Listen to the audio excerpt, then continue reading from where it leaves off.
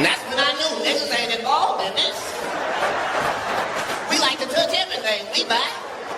We wouldn't notice niggas dying at the purchase. His last words was, "This must be it." Yep. It's a crazy world out there now. They don't want to talk to you about drugs. They ain't talking about the opioid crisis. And it's fucking up everybody's community. Everybody got a favorite pill. Everybody got a go-to. So when time get rough, it's a whole opioid crisis. They ain't even talking about it. You know why? Because ain't nobody going to fuck to jail. Ain't no houses getting raided. Ain't nobody being looked into. You know why? Because the dealer is your doctor. Look at niggas. Dr. Fauci? That is not your doctor, niggas. Stop putting him on your insurance paperwork. He's the only one I trust. They don't tell us shit. If they really want to lie to us, they don't tell us nothing about it at all. You notice they don't never fucking tell you where methamphetamines come from. They act like that shit come from a trailer park. That's one of the strongest drugs known to man. There ain't no other drugs make your teeth itch. Like, bitch, I don't even think teeth itch. You're scratching the shit out your mouth.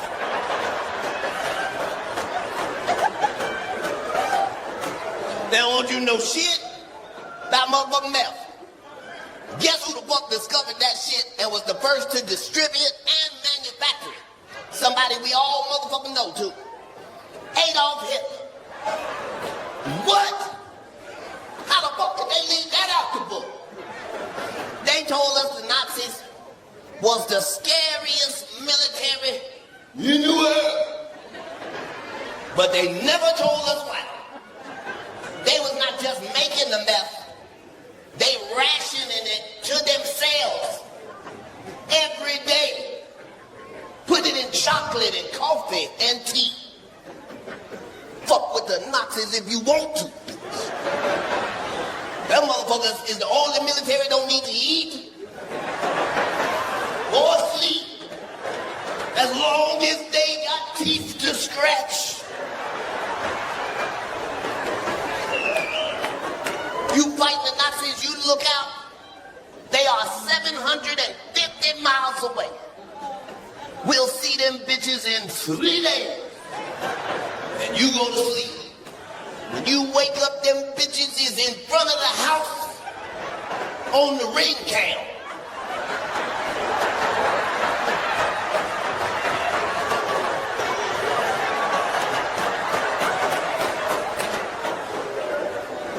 They don't tell us shit.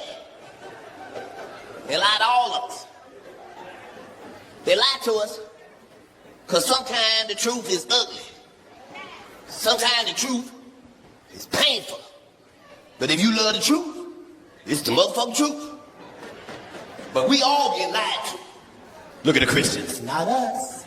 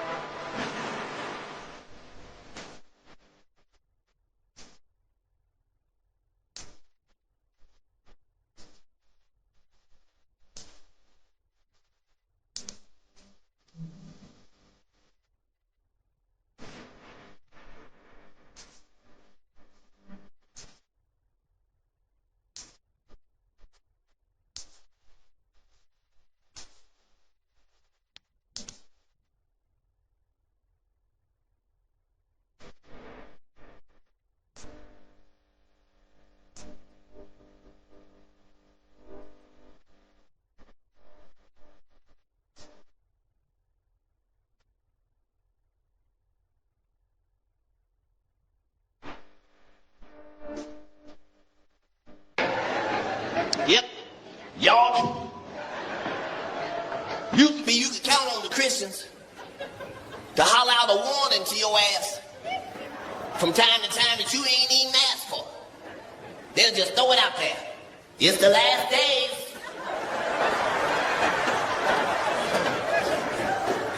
Now the Christians don't say nothing. Now that there's real plagues outside. The Christians going to church on Sunday like Joe Biden.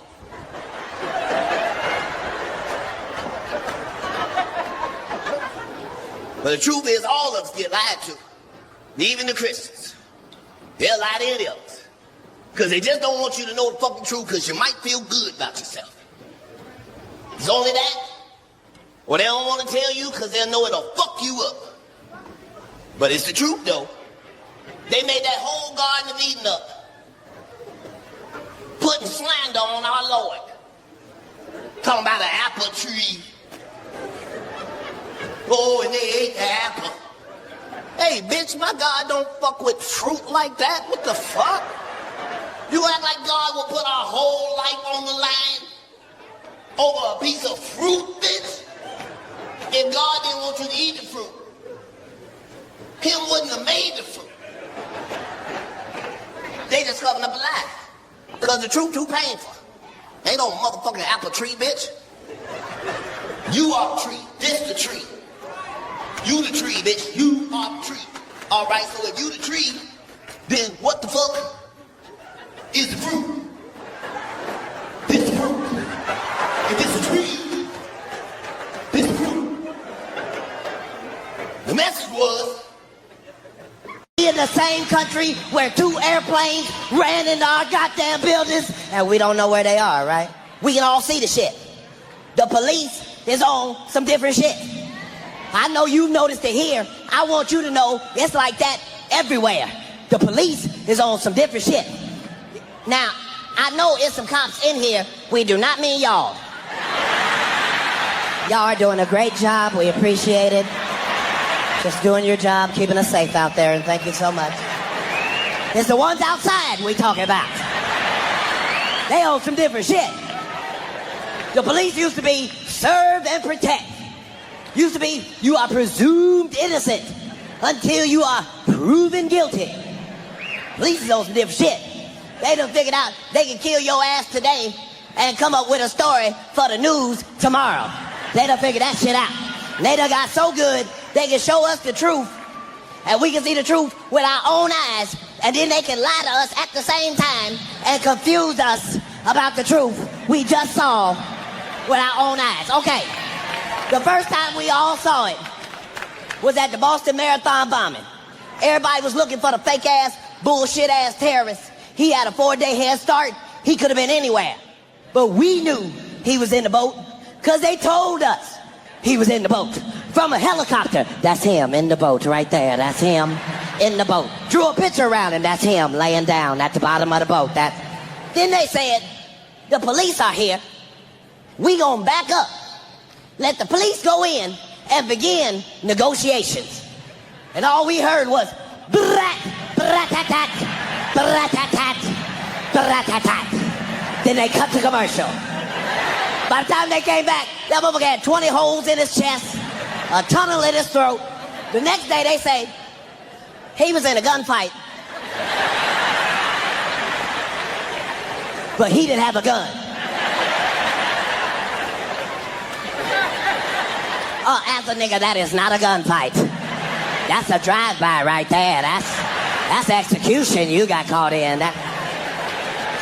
Second time we saw it was in L.A. when they was looking for the ex-black cop, Christopher Dorner. That was some scary shit. They wanted that nigga bad. Let me just tell you, I was in L.A. at the time, and let me just say, you do not want to be a nigga when they are looking for niggas. That was some scary shit. I didn't realize how much of my time I spent being black till I had to try to drive white for 2 days. I'm all up on the steering wheel.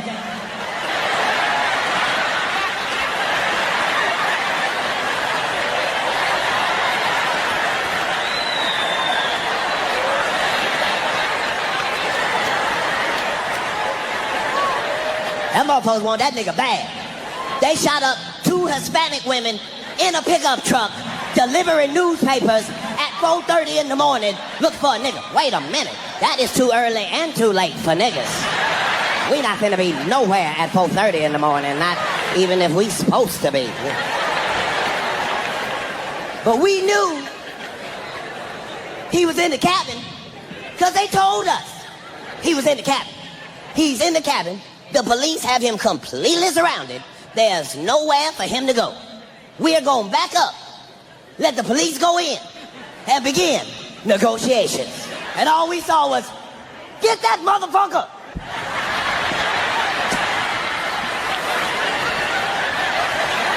Then they said, it looks like he committed suicide. They just barbecued this nigga on national TV.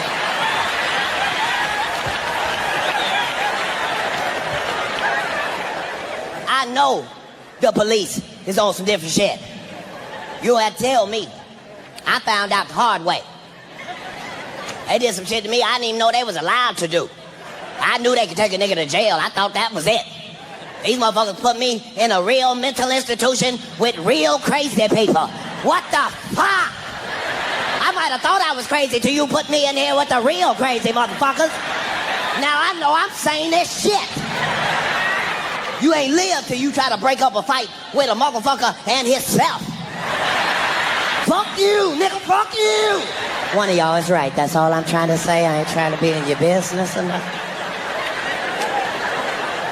Fucked up. Here the fuck I tell jokes for a living. These motherfuckers got me handcuffed to a nigga who's scraping demons out his face. I'm over there like, Jesus, this is your humble servant, Lord. There's clearly been a miscommunication, Jesus. Just saying this burden is a little bit too heavy for your servant, Lord. If you could just remove this boulder off a nigga's back, Jesus, I'd really appreciate it, Lord. I'm just saying, Jesus, my cup runneth over, Lord, is what I'm saying. And thing is, I ain't even thirsty, Jesus, not a little bit. You can take this whole cup, the pitcher, the carafe, all of it, Jesus. Fucked up. You and that motherfucker, and all you thinking is, I can't wait to get the fuck out of here. And ain't shit gonna make me stay in this son of a bitch. But they got some medication in the crazy house that will put an elephant on his back. And I don't know if you can see from your chair, but I'm not even a baby elephant. And they still gave me the whole elephant's pill. I have a trunk, but I am no elephant. They had me on 5-6 medications at one motherfucking time, just trying to break a nigga. They had me on some shit called Seroquel. I don't know what the fuck is in Seroquel, but I think Satan's penis is in it. I really do, because it's from hell. That shit. How you gonna lie and tell the truth? You wouldn't tolerate that at the club. If you was with a girl and you was dancing, you was like, so, how many kids you got? She was like, 6. I mean, 1.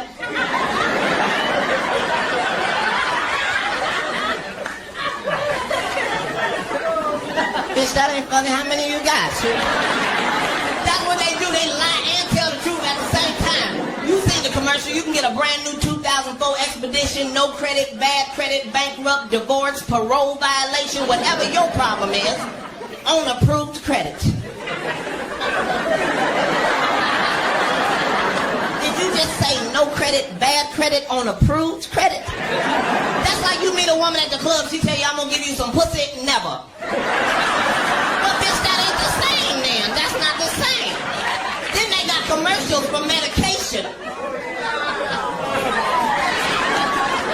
Where the side effect is worse than the shit that they're curing. And I didn't think nobody was noticing but me. All I'm saying is I'm taking some shit for asthma. I don't need the side effect to be shortness of breath. That's what the fuck I came to you for. They got some shit. They got some shit called Senecal. Now, Senecal is a fat blocker. And if weight is heavy on your mind, you got to be excited about something called a fat blocker, because you don't necessarily want to stop eating. But you wouldn't mind something blocking the fat every now and again. They show you the commercial, they show you the woman, she's overweight, she's unhappy. 3 seconds later, she's in a bikini, running through flowers, and you think, I want to run through some flowers too. Because you envision a pill in your throat all day, just blocking fat, just...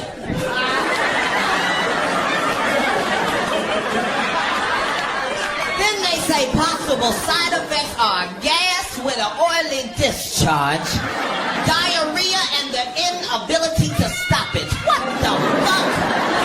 Gas with an oily discharge. It's already embarrassing to fart in church as it is. Now you got to ruin your clothes? You just, nigga, that ain't never coming out. No, nigga, that's oil. That's oil. It's all bullshit. I'm telling you, weed is still illegal. Why? Nobody knows. It couldn't possibly be because it's a drug. That don't even make sense. It's just a plant. It just grows like that. And if you should happen to set it on fire, there are some effects. But that's not the same as drugs. Drugs, you got to do things to it chemically. You got to add baking soda, water, stir it up. I don't know the recipe. I'm just saying it's some shit you got to do to it. Now, aspirin is perfectly legal. But if you take 13 of them motherfuckers, it'll be your last headache. As long as you have been living, you ain't never heard of a motherfucker overdose on marijuana. You might have thought that nigga was dead. He ain't dead. He gonna wake up in 30 minutes, hungry enough to eat up everything in your house. That's how it works. It's hungry, happy, sleepy. That's it. But this is bullshit. They think we stupid. They can do everything else, technology-wise. They can clone sheep.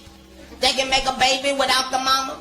We all remember the cell phone. You remember when that motherfucker first came out? That motherfucker was this goddamn big. Came in a suitcase with a shoulder strap. We all remember that. Now that motherfucker is so small that by next year it's just gonna be a chip on a nigga's tongue. You gonna be smoking a cigarette. Hello? No, nigga, I got you on the tongue phone. Hold on, I got another call. Hello? Now, what I'm saying is in 2004, you got to start making decisions that are best for you. Some of y'all just lie entirely too much. In 2004, stop lying to motherfuckers. Some of y'all got bill collectors keep calling all the time. That's because you keep giving them words that make them lie. Like, I'm not ready right yet. My shit ain't come in right now. Just tell that motherfuckers the truth. Don't be mean, don't be nasty, just tell them the truth. Just, hello? Yes, this is he. No, I know. Well, how much is it? Fuck. Okay, your name is Jerry, right? Jerry, are you by a computer where you can get this down? Okay, I am never, ever gonna fucking pay y'all. No, not payments, not installments, I'm not doing shit, Jerry. Don't threaten me, Jerry, I already got bad credit. Y'all should have turned that shit off last month. God bless you too, God bless you too. Start telling motherfuckers the truth. Now, some of y'all just need to go on and smoke weed. Because there's a chemical in weed that's called fucking. And if you can just get that in your system, it can make your shit better. Some of y'all be crying about bills you can't pay. You just, I don't know what I'm gonna do about this light bill. They want the whole thing. They don't want a deposit or nothing. They want the whole. Just hit the weed one time and see if it don't change your perception of what's going on in your life. I don't know what I'm gonna do about this light bill. Fuck them goddamn ones. I got 12 candles. I've been waiting to burn them motherfuckers. Now see, because it's time to start having fun in your little ragged ass life. It really is. Black people, we don't even dance no more. We used to go to the club and really do our shit. Now we so busy worrying about who they with, what these niggas got on, who they with, why they looking. You need to party with some white people. White people don't give a fuck about nothing. They just come to party. They don't give a shit about the song, the club, the drinks, the beat, nothing. Them motherfuckers are just ready to party. The beat will be right there and they'll dance all around that motherfucker.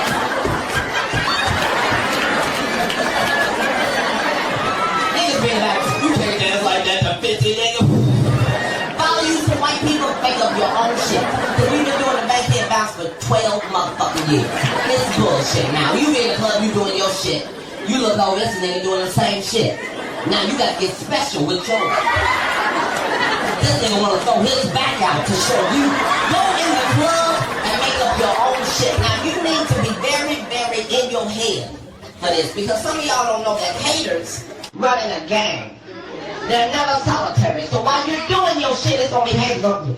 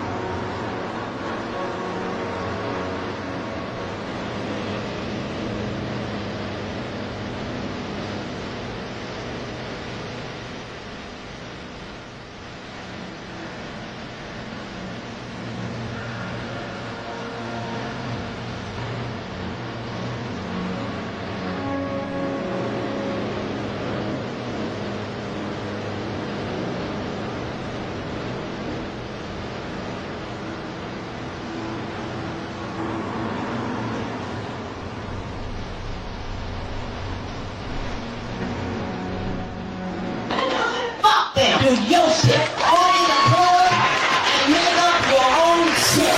If you can do it for 5 seconds, I promise it'll free your entire life. DJ, just play something. I don't give a fuck what it is. Just as soon as you walk in the club, something's gonna be playing. Just walk in.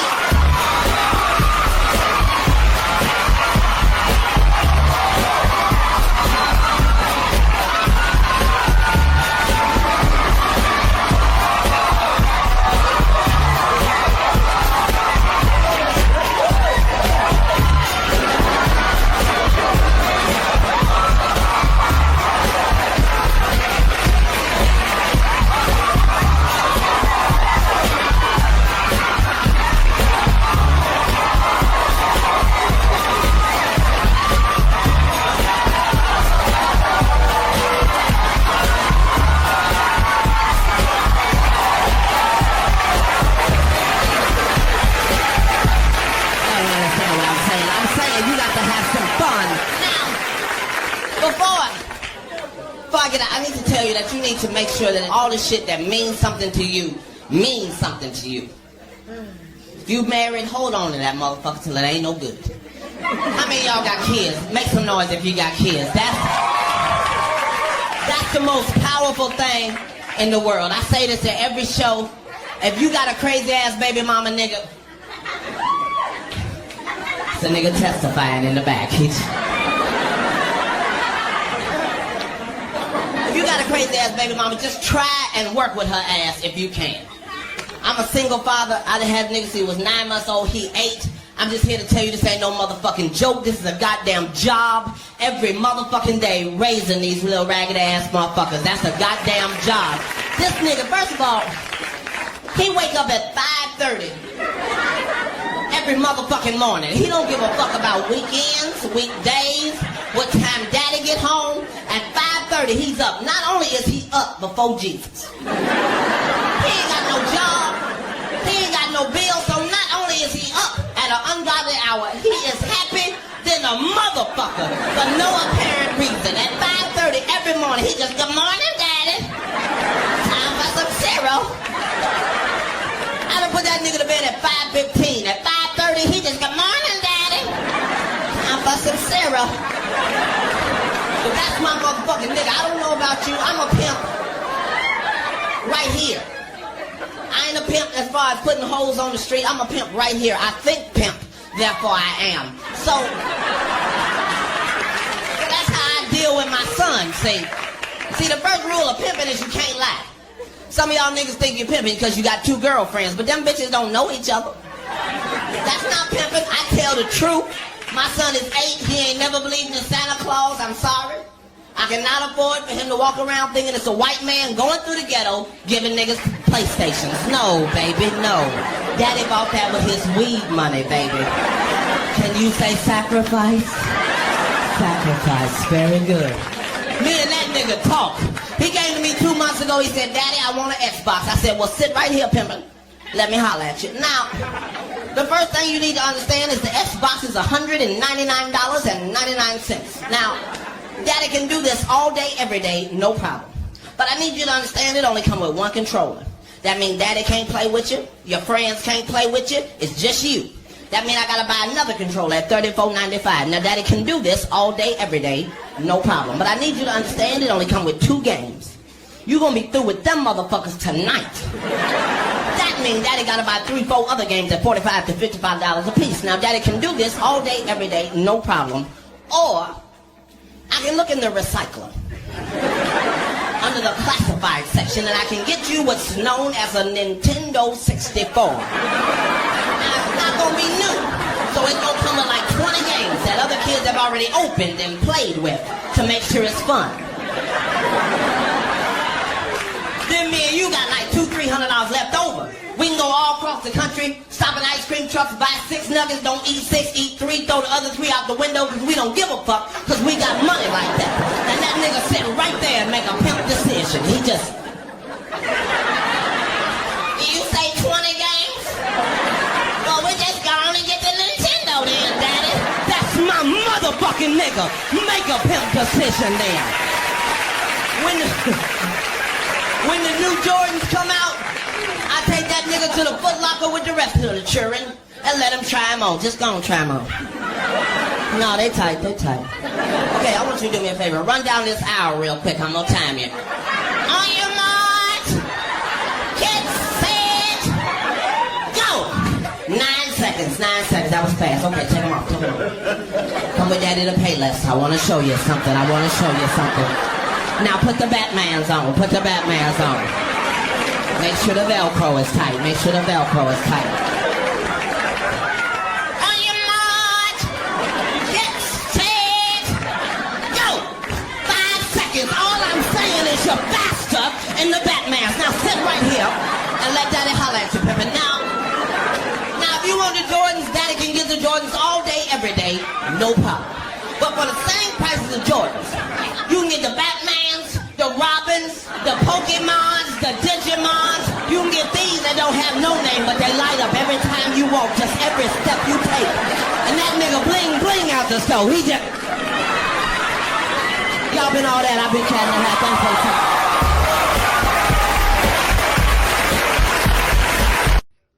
I've known this guy forever. He's one of the best comics working today. You agree? Yeah. That's my crowd. He has a new special coming out on Netflix May 17th called World War III. Please give it up for Emmy-winning comedian Katt Williams.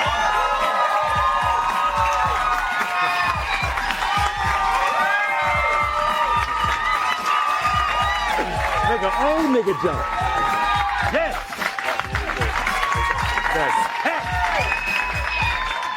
Dude. Look at all the people that come to see you. Some funny, some not funny. They all love you. Yes, and I them. Yes, yes. You know what? Here's something we've never talked about. We're both Buckeyes. Indeed, indeed. You have any memories of Ohio? Yes, only memories of Ohio. It prepared me so well for entertainment. I think it does that for everybody that's entertainment from there. Isn't Jonathan Winters from there? Ohio is like a place where you can't really be racist unless you really, really try. Because your neighbor on the left is black and the neighbor right here is white. And that's how you grow up. And if you grow up like that, it's a very difficult process for you to end up racist. So Ohio was good for me like that. I think it's just a rarefied place if you're trying to be a creative. Yeah. You ever been back, or do you go to Chappelle's spot? That's in Ohio.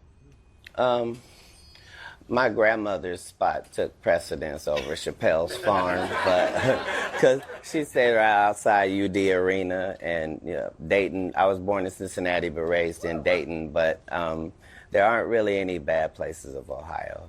It's a great state. It's got everything you could want. Yes.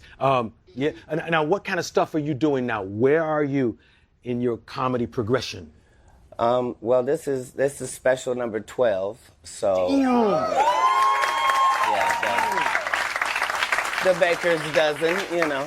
Yes, sir. Just more than any comedian dead or alive, that's all. But who's counting stats and whatnot?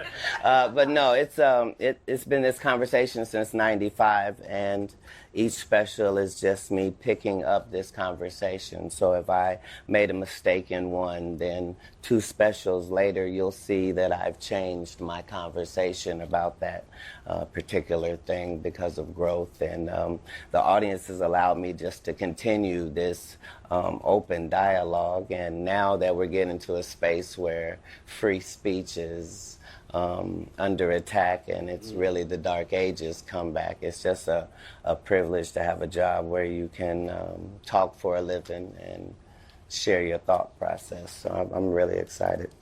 So let's talk about that area. I have been waiting to hear what you think about all the bullshit, you know, and how we are under attack right now, and no one seems to give a fuck about us.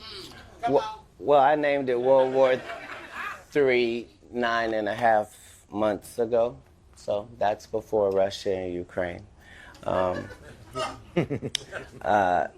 But if you've looked at enough history, you understand that everything works in a cycle, and so you don't have to wonder where things are going. You just have to figure out where you are in the cycle, and that cycle continues to replay itself.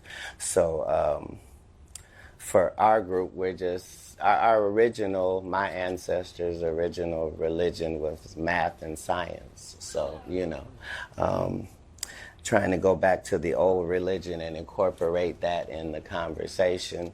I'm not going to probably be the greatest comedian once I'm gone, but I will be the one that had the most original conversation, just because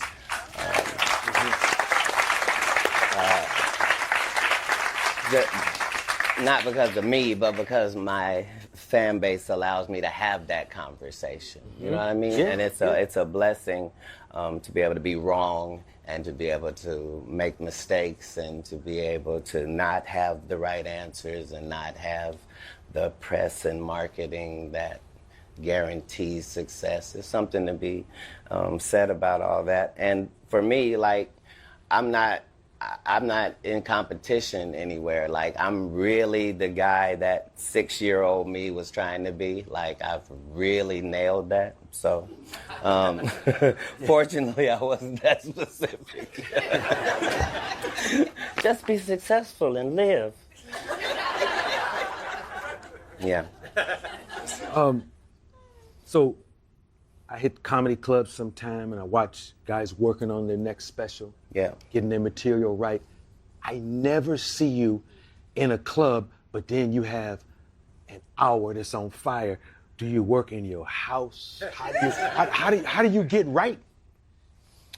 Yeah, so I didn't get any shortcuts, so for the first 10, 15 years, I had to do what every stand-up has to do and go to the clubs and work out your material. But it got to the point where I'm asking other comedians to not do things that maybe they would want to do. So it's not really fair if I show you something and say, don't look at it. So I don't do any practicing in clubs. I do it all. In arenas? The level of trust is on Steph Curry. So if it doesn't mean that you make all of your shots, it means your intention is to make all of your shots. I'm not making this shot because I haven't made this shot before. I'm making this shot because I have made this shot before. So it's that trust and the trust of the audience. And we're in a relationship. So I don't have to go and see if we're still in a relationship and get it ready. I can organically trust that this is the conversation that we're having because we need to have it. So it's not always pleasant. Like, you know, I don't want to talk about race and politics and stuff, but that keeps happening. and it just keeps being presented in a new way. And so, you know, critical race theory wasn't a thing 10 years ago, but it is now. And overturning Roe versus Wade was unthinkable 20 years ago. And now it is upon us. So that always keeps a fresh dialogue with the people that I know that think how I think and are going through the things I'm going through. That's the sharing process. But A lot of people don't give a fuck about Hollywood's trophies. Or some people pretend they don't. Right. How do you feel about being an Emmy winner? And if you don't give a fuck, give her your trophy. No, in all of my situations, I try to figure out what the black superhero would do, and then I try to get as close to that as I can. In the lane that I was going to go in comedically, which was one where I was going to expose the seedy underbelly of Satan's playground, I knew that going into that, I should not expect any awards or recognition. It wasn't going to be that. Like, I was really going to have to pat myself on the back and keep myself encouraged. And that I was happy with that part of it. But for the Emmy, that was really God's doing, and that was special on so many facets. It's not just because it was an Emmy, but the Emmy is beautiful, and it was for a show called Atlanta, and then it was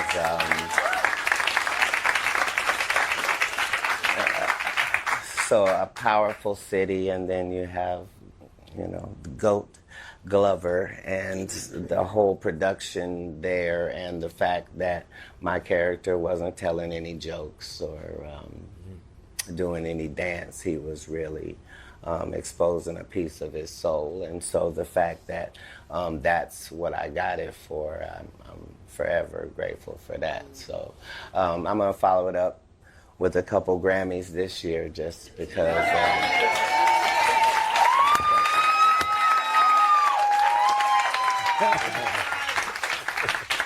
Not facetiously, but I was in this toxic relationship with this group that was my group, and so I did 65 projects, and they never submitted me once.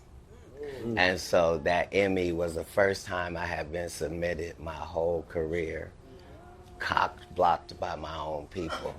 Wow. So the fact that... And Donald made sure you were in the mix for this. That's why you call him Goat Glover?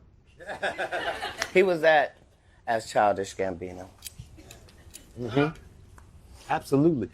How did you meet him, and how did the whole thing come about? How would someone find you? Speaking of which, you changed your number. I bring my phone after this interview.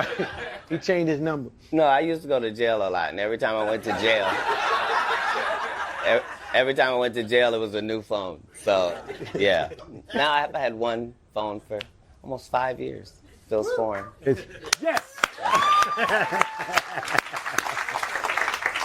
That's my 22-year-old right there. I have an empty nest now. You have a lot more kids than me. No, I don't. Oh. No, I don't. Expound.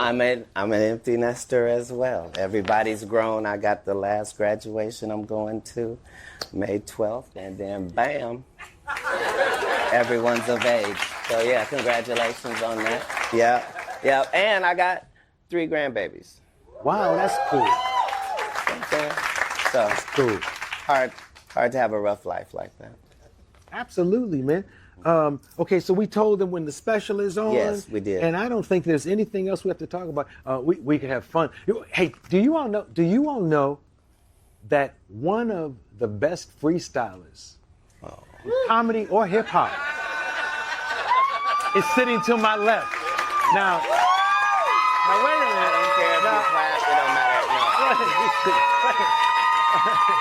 No. Wait, but there's something you have to understand. Freestyle is a lot of work, and a lot of people, unless you got swag in a hat sitting in front of you, they don't really want to fuck with freestyle. But I just wanted y'all to know there's nothing like the mind of Katt. Did you want to rap at any time? Because you do that so well. You know, when you came up before comedy, maybe? I tried it for about 5 years with an unlimited budget after having started it when I was 13. So I met Prince when I was 12. Where did you meet Prince when you were 12? In Dayton. After Really? he performed at UD Arena. Yeah, I mean, I knew him my whole life. He was like the guiding force for me. It's the reason I had high self-esteem was because of him. Like, just a lot of things that I didn't... Did he say something, or was his behavior inspiring and self-esteem shedding? No, he wasn't. He wasn't really like that. He was a high thinker and a guy that was always 30 steps ahead of whatever the curve was. And you know, when you play 26, 28 instruments, it means that you are able to be multifaceted while also focusing on each thing like it's the only thing, which is a hard skill. But he let me know that you could be short and light-skinned with long hair, and people could make fun of you, but as long as women loved you, you had nothing to fear.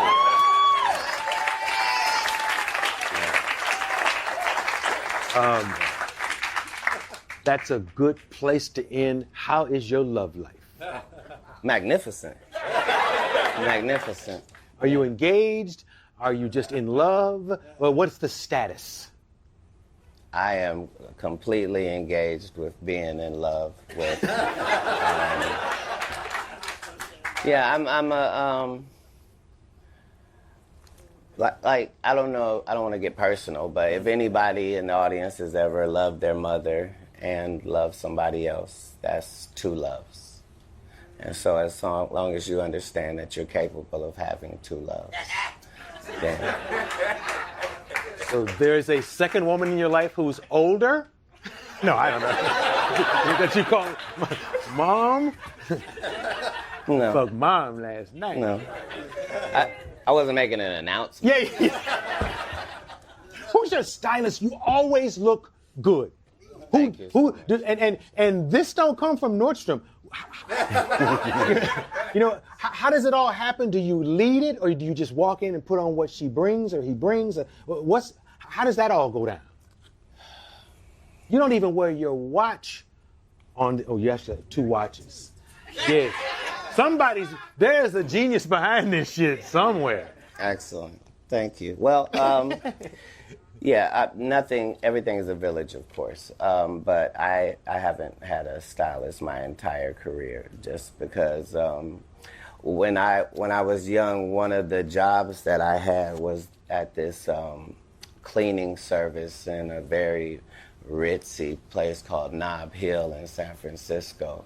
And so I was able to clean the homes of these billionaire people. And so I was able to study in their closet the reason why my white dress shirt costs $9 and why this one costs $209, and how could that make sense, and why were these shoes this much, and how could you justify that? And it really gave me a good sense of the worth of things and quality and what that really means in the retail space. So when it came to dressing myself, I was able to do that because I had spent time in the GQ magazines and the Rob reports every week just looking at wonderfully dressed people, understanding that one day I should be in that position. And so I have a nice lady over at Woke Folk, Dalitha Clayton, who goes and gets the things that I see and then just able to put it together. Because, you know, I'm 5'5". Like, once you understand you're not going to be cute, then you can just be fly.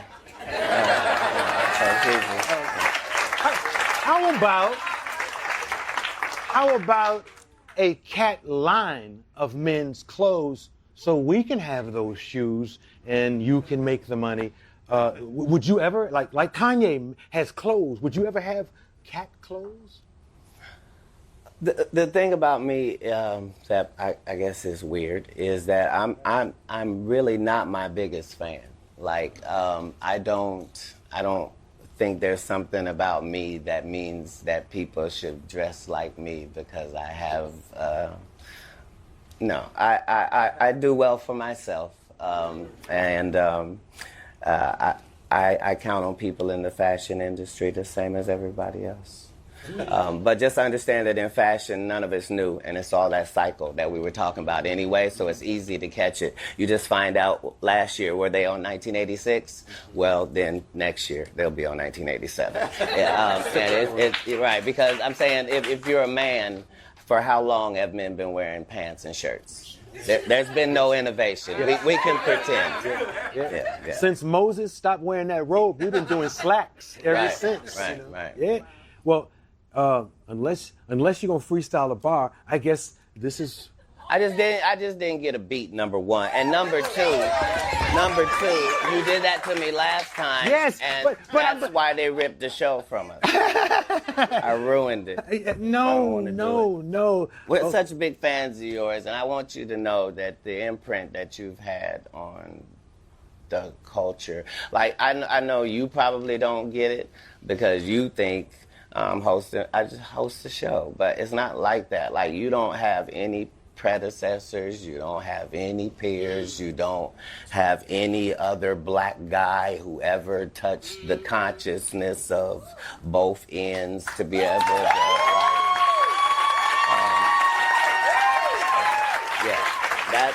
that's on the talk side of things. The fact that you've been a decent person as long as anybody has ever heard of you, and nobody's ever been embarrassed by your work or your presence, or it's just an honor. I felt that way about Larry King as well. You know, like I don't have the desire to be asked questions by random people. You know what I mean? Like I don't. Like I really have to respect you, you know, because it's a relationship, and that's what makes great television. And so you are missed in the space, and Netflix is genius for having you. Thank you, Doc. Ladies and gentlemen, the great Katt Williams. Thank you, man. Oh.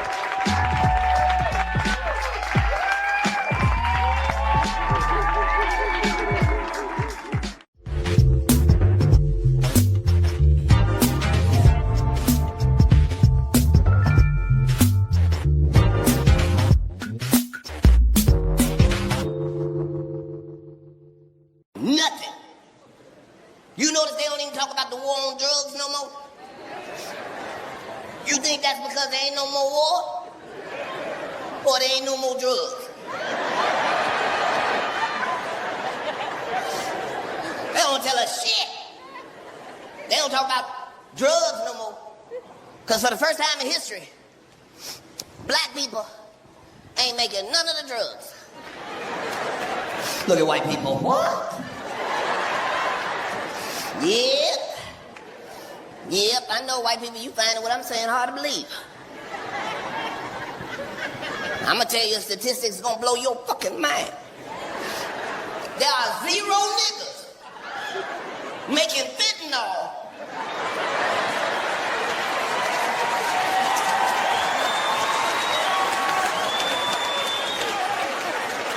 Look at white people. What? Yep. You better believe it, white people. We would notice if niggas was dropping dead for nothing. I looked up fentanyl. That shit is beyond dangerous. I said, what you gotta do to die? They said, touch it. And that's when I knew niggas ain't involved in this. We like to touch everything we buy. We would notice niggas dying at the purchase. His last words was, this must be it. Yep. It's a crazy world out there now. They don't want to talk to you about drugs. They ain't talking about the opioid crisis. And it's fucking up everybody's community. Everybody got a favorite pill. Everybody got a go-to. For when times get rough. It's a whole opioid crisis. They ain't even talking about it. You know why? Because ain't nobody going to fuck to jail. Ain't no houses getting raided. Ain't nobody being looked into. You know why? Because the dealer is your doctor. Look at niggas. Dr. Fauci? That is not your doctor, niggas. Stop putting him on your insurance paperwork. He's the only one I trust. They don't tell us shit. If they really want to lie to us, they don't tell us nothing about it at all. You notice they don't never fucking tell you where methamphetamines come from. They act like that shit come from a trailer park. That's one of the strongest drugs known to man. There ain't no other drugs make your teeth itch. But bitch, I don't even think teeth itch. You're scratching the shit out your mouth.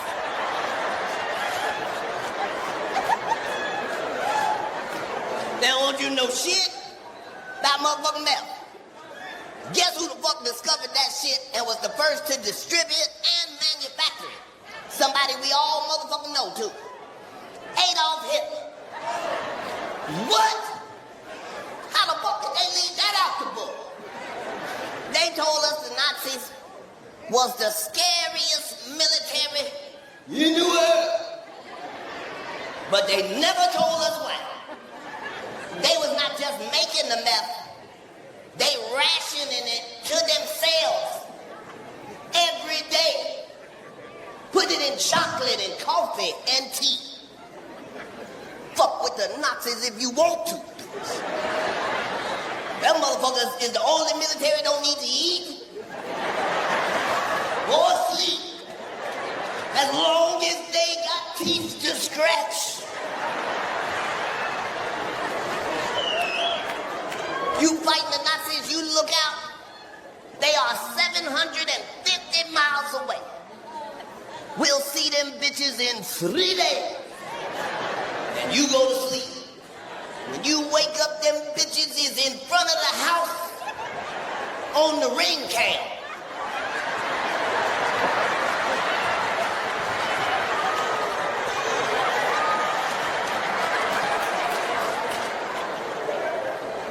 They don't tell us shit. They lie to all of us.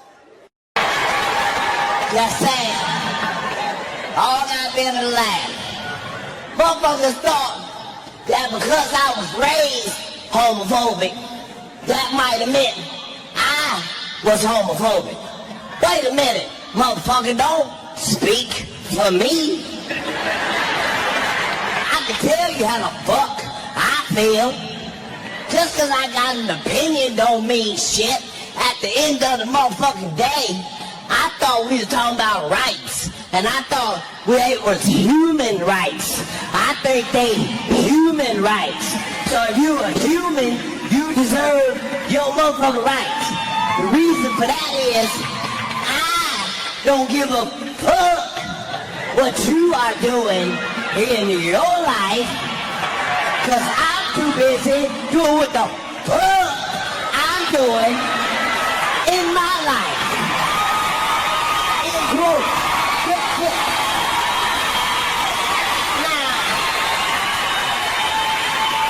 People thought that because I might have an opinion, that meant I was homophobic. No. Let me say publicly. Let me see very publicly. If there was a dude and I had some shit to say, that's not because I was homophobic, motherfucker. I'm not homophobic. I'm pro-pussy. There is a difference. I think you need to understand. I was trying to help. I wasn't coming from a place of hate. I thought some of them had made a mistake. I'm saying if you try a vagina and it leads you to a life of asshole, wait a minute. If at first you don't succeed, sir, try again. What the? You must have got the wrong vagina. They are delicious, huh? You should try another one. All of them are delicious, huh?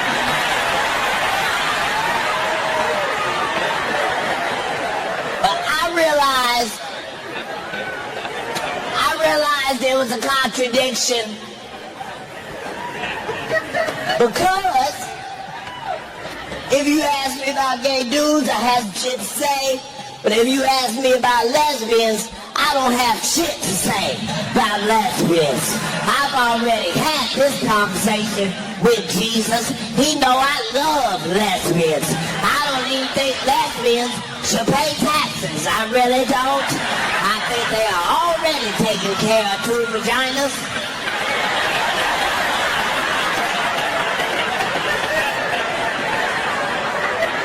Just saying.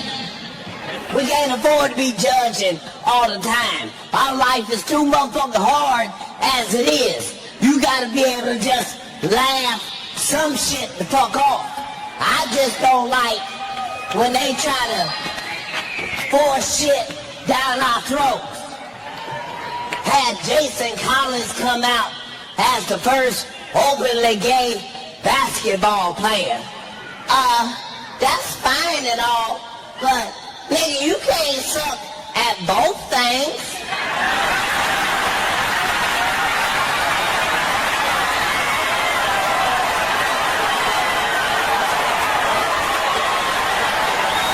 I said we didn't know you was gay, and we didn't know you was a basketball player. Nigga, what the fuck? This nigga averaged 0.3 points a game. We do that shit from the house. There are some effects, but that's not the same as drugs. Drugs, you got to do shit to it chemically. You got to add baking soda, water, stir it up. I don't know the recipe, I'm just saying. There's some shit you got to do to it. Well, why the fuck is it? Don't testify. I'm just saying. If your life is fucked up, you need weed. Weed is put on this earth for niggas on the struggle, niggas on the grind. There is a chemical in weed that's called fucking. Had to be careful though. Had to be careful because weed is getting stronger every 2 weeks. And these niggas ain't sending out memos or bulletins or nothing. The shit just strong for no reason. And these niggas that sell the weed be happy than a motherfucker to tell you how much stronger this shit is than the last shit. Just as soon as they see you, just nigga. You remember that shit I gave you last week, nigga? It's nothing, nigga. It's nothing. It's nothing, nigga. Nigga, it's nothing. This shit right here, nigga. This shit right here, nigga. Right here. This shit, nigga. This shit here, nigga. Always have some fucked up name. It's cryptochronic-like, nigga. Always have some fucked up ass name. Like, nigga, this shit here, nigga. This shit here, niggas. This shit's called death, nigga. You be like, nigga, that don't even sound attractive. What the? You mean I'm gonna hit it and die, nigga? Is that what? No, nigga, not death, nigga, death. You hit this shit twice, nigga, you can't hear shit. Like, nigga, I got shit to do today. What the fuck? Your kids been calling you all day. They daddy!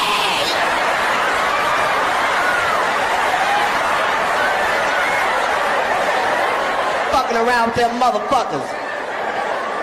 I'm used to smoking the weed and getting the munchies. This nigga sold me some shit, had me looking at the refrigerator for 3 hours. I'm just in the kitchen, sitting on the stove. Just...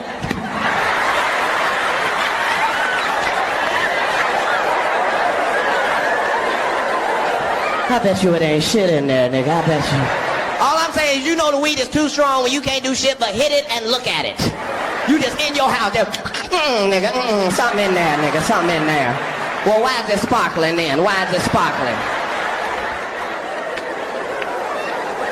Weed to help your motherfucking ass, though. Weed, you have to be careful that you don't smoke weed with dumb niggas, because weed make you smart. Ain't nothing worse than a smart dumb nigga. Just a nigga at your house smart than a dumb motherfucker just sitting there. Okay, that's the couch, right? Trump don't follow nobody's rules. As black people, minorities, we used to just being able to watch the news a little bit and then walk off. Not with Trump. Niggas is watching the news like it's the playoffs.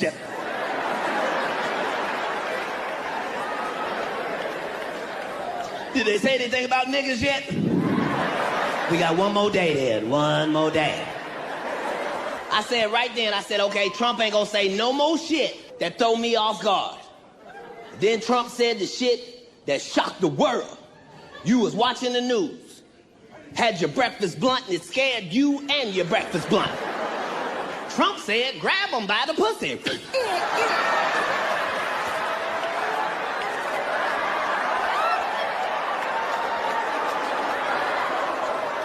Even gangster niggas was shocked. What?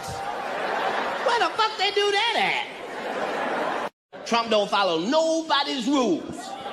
As black people, minorities, we used to just being able to watch the news a little bit and then walk off. Not with Trump. Niggas is watching the news like it's the playoffs.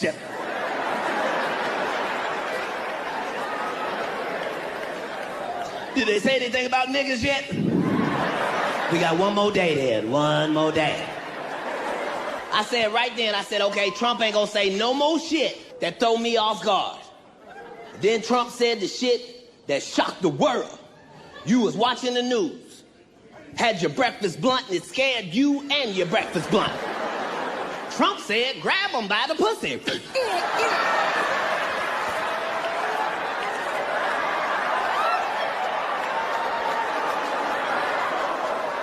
Even gangster niggas was shocked. What?